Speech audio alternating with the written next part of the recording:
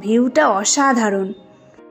আমার ভিডিওটা যদি তোমাদের ভালো লেগে থাকে তাহলে তোমরা অবশ্যই লাইক অ্যান্ড সাবস্ক্রাইব করবে, প্লিজ প্লিজ। ব্যাস আর কিছুটা দূর। ও মাই গড, আমরা অনেক দিন পর এখানে আসার সুযোগ পেয়েছি, কারণ এখানে আসার জন্য আমরা অনেক দিন থেকে চেষ্টা করছিলাম, এখানে কোনোভাবেই জায়গা পাওয়া যাচ্ছিল না। তো এইবার ফাইনালি আমরা জায়গা পেয়ে গেছি, তো সুযোগটা আর হাতছাড়া করিনি। দেখো এখানে কোনো সময়ের জন্য বাস ফাঁকা থাকে না, সব সময়ের জন্য ভিড় লেগেই থাকে। আমরা এখন এন্ট্রি করছি। তো এখানে আসতে গেলে তোমাদেরকে বাস 3-4 দিন আগে থেকে পুরো কন্ট্যাক্ট করে নিতে হবে, তা না হলে জায়গা পাওয়া খুবই মুশকিল। তো দেখো এখানে সবাই কেমন নাচানাচি, কেমন এনজয়, কেমন কি করছে।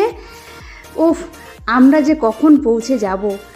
দেখো এখন আমাদের নামার সময়, ব্যাস আর কিছুক্ষণের বাকি। দেখো এখানে এটা একটা সমিতি থেকে এসেছে, কি লেখা ছিল, বনভোজন কি যেন একটা সমিতির নাম লেখা ছিল, যাই হোক।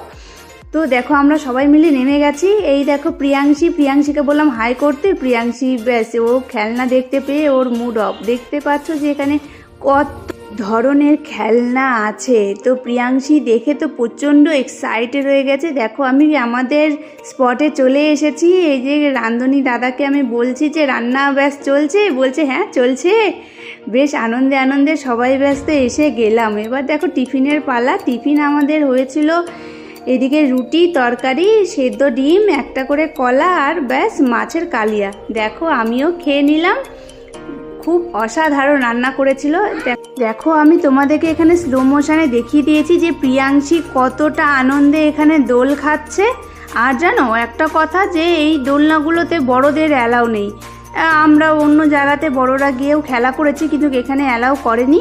যাই হোক, ওখানে দেখো একটা